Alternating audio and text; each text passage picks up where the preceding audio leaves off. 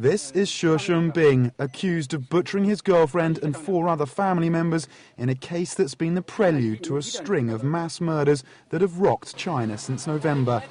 Police say Xu stabbed his girlfriend with a kitchen knife after a violent argument before killing her 4 relatives in Guangxi Zhuang Autonomous Region on November the 15th. A day after the Guangxi case, Chen Wenfa, a diagnosed schizophrenic, was arrested in connection with the murder of 6 of his family members in Yunnan province. 10 days later, 6 villagers were murdered in Inner Mongolia, and that happened on the same day that a man went on a stabbing spree in the northern city of Harbin, killing 1 and injuring 12. In the first week of December, 3 members of the same family were murdered in Chengde, and a few days after that, 12 members of the same family were murdered in Hunan province. And on November the 23rd, a family of 6 was stabbed to death in a middle-class neighbourhood on the outskirts of the Chinese capital. Father of 2, Li Lei, is accused of murdering his family in a pre-planned killing spree. This is the apartment where police say Li Lei butchered 6 members of his family, including his 2 young children, his parents, his wife and his sister. The killings have left this community in shock, and many others in China asking the question, why? I feel very shocked by what has happened. The whole family was killed, including the kids. It's so cruel and unbelievable.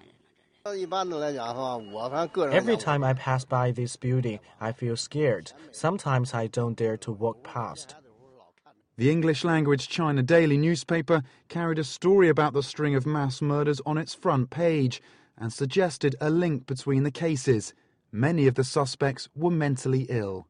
But Li Meijin, a criminal psychologist and professor at the Chinese People's Public Security University, says it's not that simple.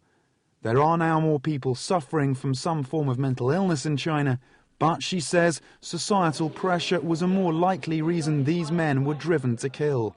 It's true that more people are experiencing psychological problems like anxiety neurosis, depression, or bipolar disorders, but crime has actually gone down in the last couple of years. In the case of Li Lei, for example, he was under a lot of pressure from his family. Professor Li says an increase in family murders in the run-up to New Year is a common phenomenon in China. It's near the end of the year and people who have been working in the cities are returning home. Those who haven't earned enough money will be under pressure from their families. These cases happen more at this time of year. But Xialing Xiang, a professor of psychology at China's Southwest University, says the latest killings aren't all just down to family pressure. Police have said that suspects in 4 of the 7 cases suffer from some form of mental illness. Xia says lives could have been saved if more had been done to treat the would-be killers. There's no social system to take care of these people. Mentally ill patients get treatment in mental hospitals and then go home when the treatment ends. After that, the only people who look after them are their families. There are some institutions that provide psychological care, but the quality of the treatment can be very poor. Some consultants aren't even qualified.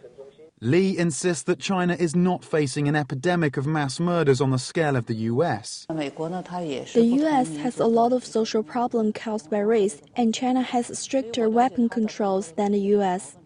She says the mass murders of the kind that China has witnessed in the last few weeks are a tragic consequence of the country's unprecedented lurch towards change and are unlikely to be the last.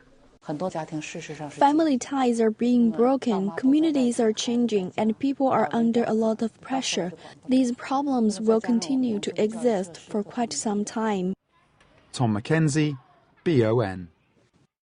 A shocking story there, Mark. Certainly a very large number of killings taking place, but our criminal psychologist Li Meijin is insisting that the number of violent crimes aren't necessarily increasing in China. It's more that they're being reported better and reported more widely, which is why we're seeing more of it in the day-to-day press. That's right. The other thing she mentioned was that because of the Olympics last year and the National Day celebrations, here in China, we have seen increased security, and that accounts for the level of crime coming down, whereas previously it had been going up. In the US, the big difference is that crimes of this nature typically involve guns, whereas in China, very strict gun controls. And so many of these cases, the majority, in fact, used knives or sharp implements rather than guns, and that's obviously a big difference from in the US. Absolutely. Do stay with us. Straight from the Street is coming up next.